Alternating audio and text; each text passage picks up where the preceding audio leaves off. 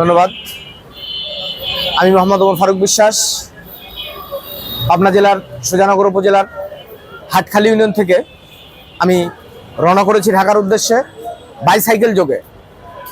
গত শুক্রবার বাদ জুমা বাইসাইকেল যোগে রওনা হয়েছি। সর্বপ্রথম দিন এসে আমি মানিকগঞ্জ রাত্রি যাপন করি এবং মানিকগঞ্জ থেকে শনিবার রওনা করে আমি রাত্রে 8টা বাজে ঢাকাতে এসে পৌঁছাই। আপনারা যে এখানে এসেছেন, আপনাদের লক্ষ্য উদ্দেশ্য? আমাদের লক্ষ্য সর্বপ্রথম যেটা আমার একটা প্রতিজ্ঞা ছিল, যেটা অনেক আগের 2018 সালের ফেব্রুয়ারির 8 তারিখে যেদিন বেগম খালেদা জিয়াকে প্রথম অবৈধ এবং মিথ্যা মামলায় গ্রেফতার করা হয়, ওই দিন আমার প্রতিবাদের ভাষা থেকে আমি আমার সৌন্দর্যকে বিসর্জন দিয়ে আমি নাড়া হয়ে যাই, মাথার চুল ফেলে দিই এবং প্রতিবাদ থেকেই আমি একটা প্রতিজ্ঞা করি, যেটা হচ্ছে যতদিন না পর্যন্ত আমার নেত্রীর সম্মান ফিরিয়ে দিতে পারবো এবং বিএনপি সরকার গঠন না করবে, আমি ততদিন পর্যন্ত মাথায় চুল রাখবো না।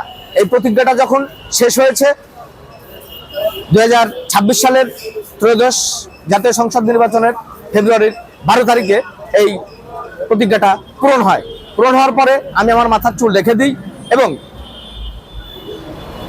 তারপরে ঢাকাতে আসার পরে বেগম খালেদা জিয়ার কবর জিয়ারত করার পরে তখন আমার ভিতরে একটা অন্যরকম অনুভূতি তৈরি হয়। আমি যার জন্যে নানা হয়েছিলাম, যাকে দেখাবো চুলটা, সেটা আসলে পৃথিবীতে নেই। আল্লাহ তাকে জান্নাতবাসী করুক।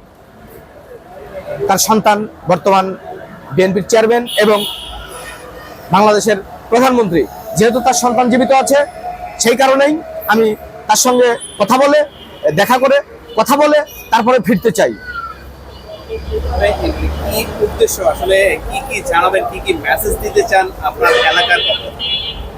আসলে আমার এলাকার পক্ষ থেকে মেসেজ দিতে চাই, যদি দেখা হয় সেই ক্ষেত্রে আমি কিছু মেসেজ দিতে চাই।